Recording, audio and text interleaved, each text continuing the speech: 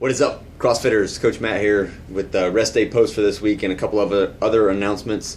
Remember, we have opened up some extra slots for the half marathon row that's coming up on the 21st. I think that's right. It's a Saturday. It will happen after the Saturday classes are over.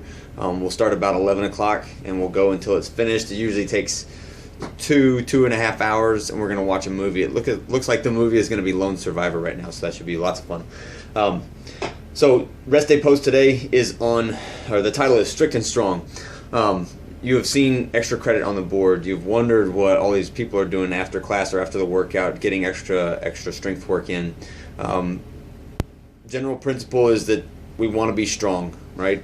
Strength, specifically lower body strength, but also upper body strength, is one of those segregating factors later in life that changes you from the person who enjoys playing with your grandkids and the person who is driving the wheelchair around, or the little cart around Walmart, right?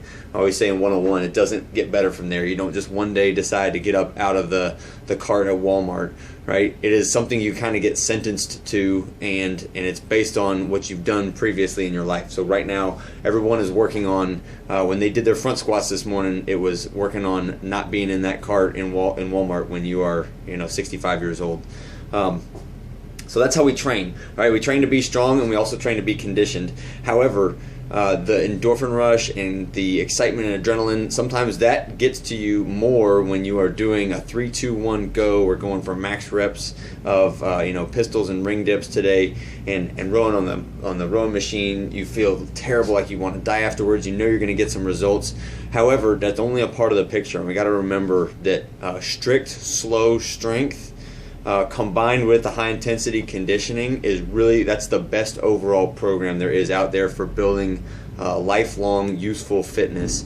However, if you are not hitting the strength days, or if there's pieces of those strength days that you are hitting but the movement is not quite optimized, and my big hit list are kipping in the bands on the pull-ups, or not that you can't kip in the bands, but just when you excessively rely on the band and the kipping action to do your pull-ups, and the band has stayed the same for more than like 5 or 6 months, right? We're not making progress anymore. So what's the point of doing the movement if we're not going to create stimulus that our body's going to adapt to and that we're going to become stronger or more conditioned from? So that is your assignment, right? Assess yourself, right?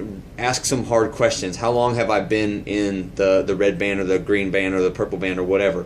How long have I been doing a similar amount of weight, like within like 5 or 10 pounds on my front squat, back squat? What I want to do is adapt the movement to your body, right? So everybody's got a little bit of a different squat, a little bit of a different pull-up.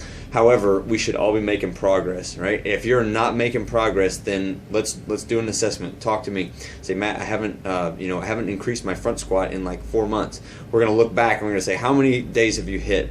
What's your rate of perceived exertion when you do your front squats? There's always an answer for why this happens, because strength training and conditioning is it's not a mystical science. You do the work, you put in the hours, you put in the reps, and you're going to get better, you're going to improve. But it does require that some level of exertion and brain input on your part to think about what you're doing, record your results, and you can get those results that you're looking for.